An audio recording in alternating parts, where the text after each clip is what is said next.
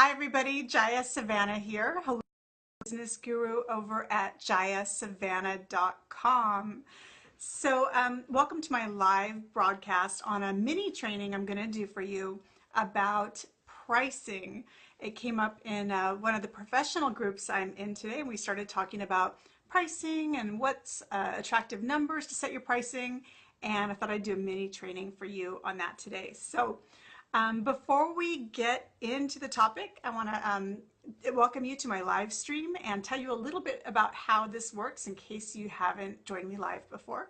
So I'm broadcasting from an app called Facebook Mentions, and you can interact with me here in the comments. So if you're watching this training, give me a like or a comment. Let me know that you are here live so I can see you. And you can also ask questions by typing them into this video. Hi, Aura. I see you. Great. Nice to have you joining me today. Appreciate you coming. So the other thing is, because it's right inside Facebook, if you want to give this a little share, if you own a professional group or something, you can share it just like any post, and then your friends can join us live as well. Okay, so pricing, it's kind of interesting. There's been a lot of studies done about the psychology of pricing, and I know some of you might feel like that's a little bit cheesy, and I used to think that about pricing, like, why does everything, end at 99 cents at the grocery store? I mean, are people that stupid that they can't tell the difference between $1 and 99 cents? I always felt like it was maybe a little bit cheesy. But the fact is, there are many, many social psychologists out there and economists who have studied and tested this. And the fact is, the numbers come in again and again that you can really increase your sales by following certain pricing strategies related to numbers. In fact, they even call it magic numbers, but this is not the same as magic numbers on the woo side. So this is just strictly psychologically speaking. So let me go over some of the things that I've learned here. So do numbers actually matter? And the answer to that is yes and no. And for the most part, I'm going to try to make a solid case for yes, the numbers matter. But at the end, I'll try to swing back around and tell you why in some ways they don't. But I'm going to make you wait till the end of the video for that. Okay, so I'm going to kind of bottom line what the three most popular numbers are and kind of explain that. So one thing that is very interesting is one of the most important numbers in your pricing is the last number. So, if you have something you're selling and it's a 2-digit or 3-digit, it's the last digit that seems to matter most.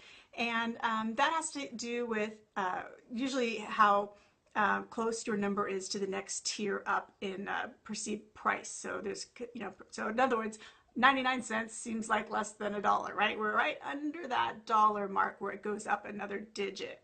So generally speaking, the less digits you have, the lower your price seems.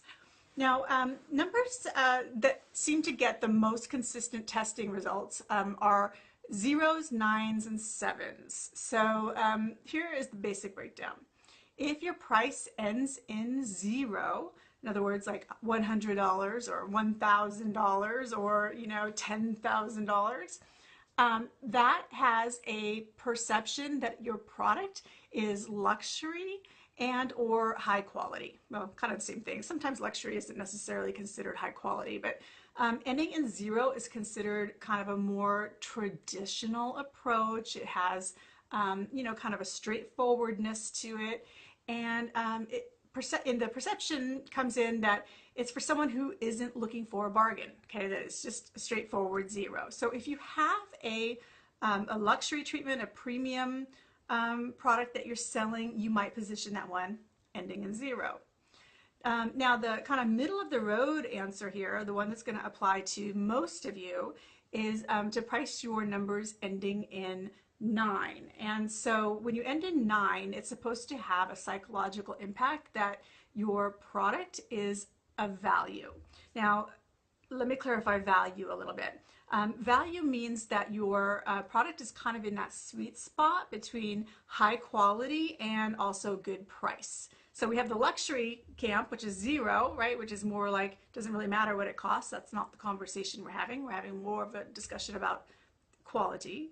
And then there's the value shopper who really wants both. And so if you price most of your services or your products ending in 9, you're going to be safe. And that's why you see the number 9 on almost everything you buy.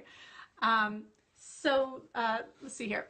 The third number that you will see a lot in pricing is the number 7.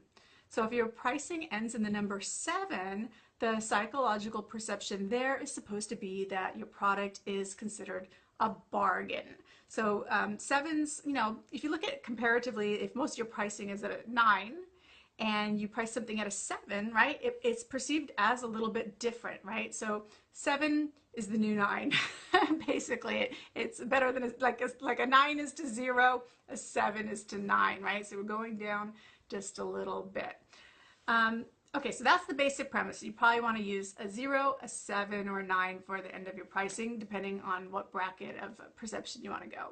So here is my favorite pricing strategy, basically, is that you want to price the majority of your products probably ending in 9. Okay, that's that value number where you're in that sweet spot between quality and good deal. And then when you are running a special promotion on something, like you're having a special seasonal offer or some kind of a deal, something that is not on your regular service menu or is a discounted price on a regular service menu, then go ahead and knock that number down to a 7. So for example, if your regular price on something is $99, when you're running a sale price, you might make it $47. Okay, that would be like a really big discount, but knock it down to a 7 number when it's a deal or a special promotion. And similarly, if you are launching a premium product and it's not one that you're trying to make a low price impression on, you can up it to 0. So those numbers then stand out from the other numbers on your menu. Okay, so the other part though, besides the ending number, is there's a game that you kind of play with rounding your numbers up or rounding your numbers down. And this is a work I do a lot with my clients. We're launching something new, we might have a couple different prices, and we're looking at, here's how much our costs are, and here's how much profit we want to make on this service, right? So we got our all that factored in, and then we're trying to decide what the price should be based on that. Should it just be what our costs and what we want to make is, or should we lower it a little bit so it looks more attractive, or should we go ahead and just raise it so we can make some more money? So let me show you a little bit of psychology. I got a couple really, really high-tech methods here. Okay, so let's say you have something that is like $100, okay? So this would be, kind of in the rounding up phase, right, to a more quality product. So if you're gonna, you have something that's $100, what you want to try to do is lower it down, right? So we want it to be 99, or if it was a super deal, 97. Okay, so we want to get that under. Okay, obvious one. Same thing goes if you have a product that is about $1,000, okay, and then you want to round that down to like $9.99, right? So here we're getting, this is where you can really see the difference between a 4-digit number and a 3-digit number. So whenever possible, if you can get something down a whole set of digits, that's what you want to do. Now, part of it though is you also want to look at the $50 line. So the hundreds and the thousands is one tier where you're going to try to get just under, and the next one is the 50s. So if you have a product or service that is $150, then in that case you want to bring it down to it could be $149 if it's a regular price. Or if it's a promotional price, you want to have a bargain price, it'd be $147. And same thing goes with the $500 mark. So if we have a service that is, or a package, that's $1,500, you want to bring that in at like $1,497.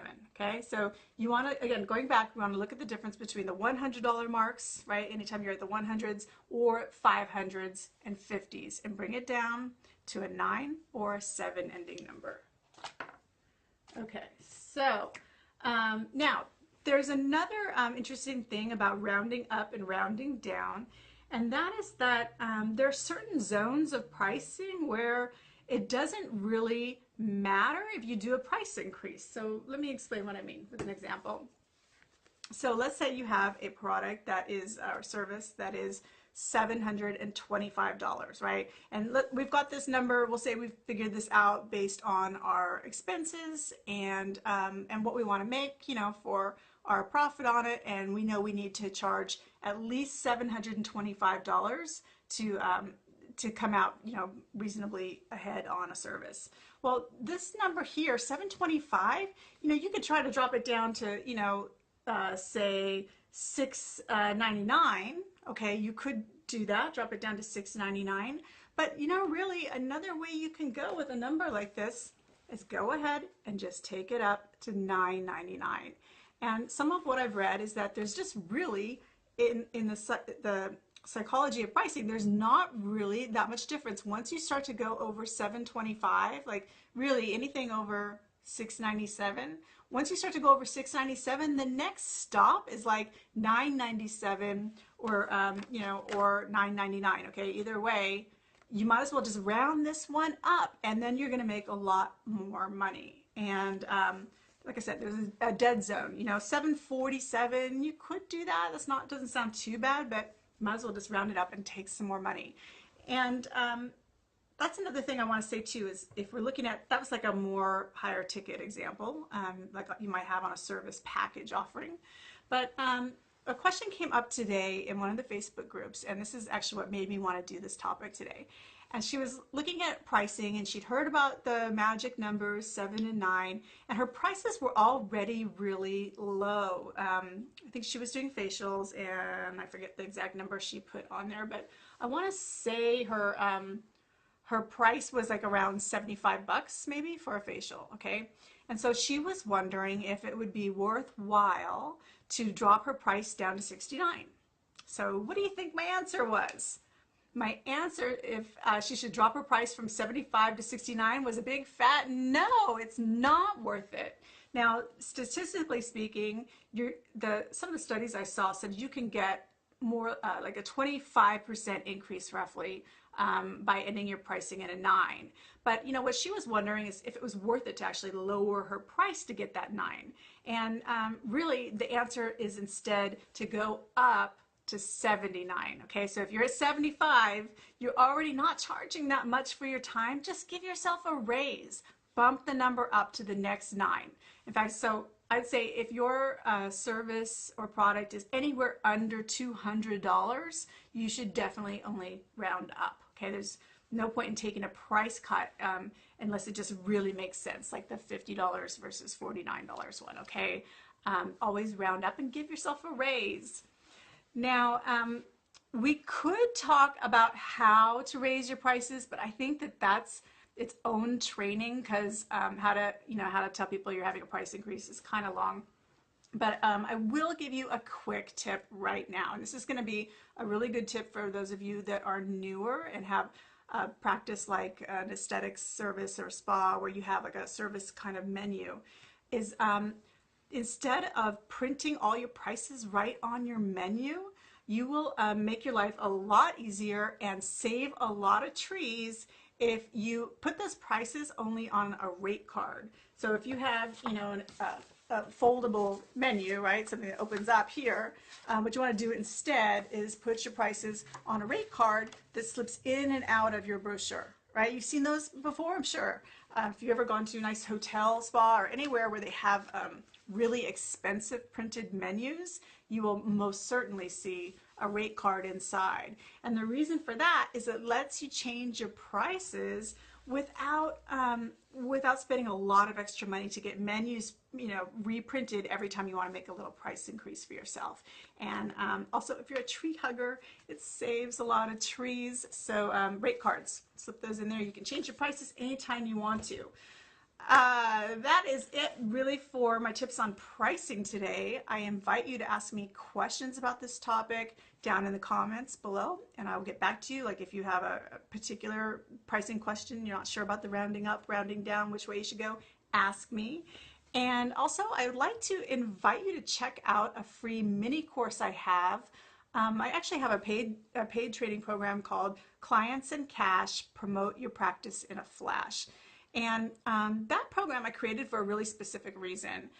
What I was noticing, especially with a lot of newer practitioners, is there's a tendency to get really desperate and want to do some pretty massive discounting to get people in the door. In particular, a lot of people want to do the Groupons and all the living socials and all those kind of things. And I know some people have had success with those, but I would say more people have, really just lost a bunch of money on those. And instead, I recommend doing discounting and promotions really strategically, okay? In fact, I used to really be kind of anti-discount. I know probably if any of my former clients are on here, you're probably like, what? She lets people discount now? For the most part, I've been kind of anti-discounting overall because, if you're a professional, you should get paid for your services and just own your price. That's your price is what it is. It's gonna keep your doors open and it's gonna feed your families. So certainly you don't have to do discounting at all. I know a lot of people that don't. I used to really pull the plug on discounting with a lot of my clients and just to break the psychology of it, just forbid them from discounting.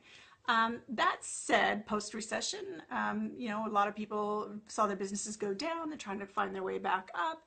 I do think there is a place for discounting, but the trick is to learn to do it smart, okay? You want to do promotions that give you a reason to reach out and contact your list.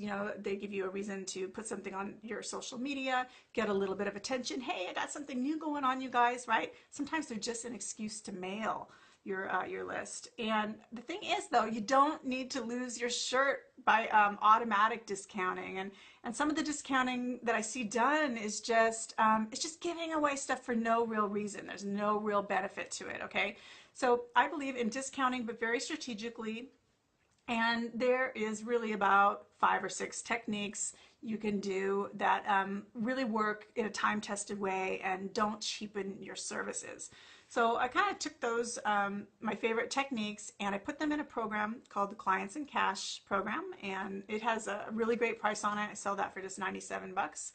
But I also wanted to make a way for people who don't even have the 97 bucks to get started for free. I did a 3-part series that you can subscribe to at clientsandcash.com, and in that I've got 3 videos where I show you some kind of simple ways to get promotions going. First one I cover is how to ask for referrals, right? That costs you nothing, and yet it's a promotional technique, asking for referrals. I give you a really simple discounting strategy which works for new people who may not even have a list to mail yet. And I cover some real quick little ways to access your clients and get your promotions out there into the world without spending a lot of money, right? So if you're on a shoestring budget, you will love the free series, and you'd also, I think, like the paid course. So if you want to check that out, go to clientsandcash.com and you can enter your email and you'll get the first video right away. All right, everybody, I hope you like this free training today. I do these about once a week, sometimes more, it depends on my mood.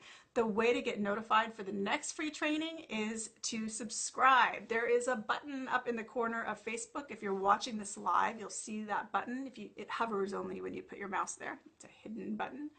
Put your mouse up there, you can subscribe, you'll get my next videos, or join my email list. You can catch that at jayasavannah.com, and you'll see places usually all over my site where you can give me your email address and I'll send you the replays. All right, everybody, nice to see you in the comments. Hi, Olivia, glad you could join us. Lisa, Aura, everybody. Have an awesome day, and I will answer questions below. Take care, bye.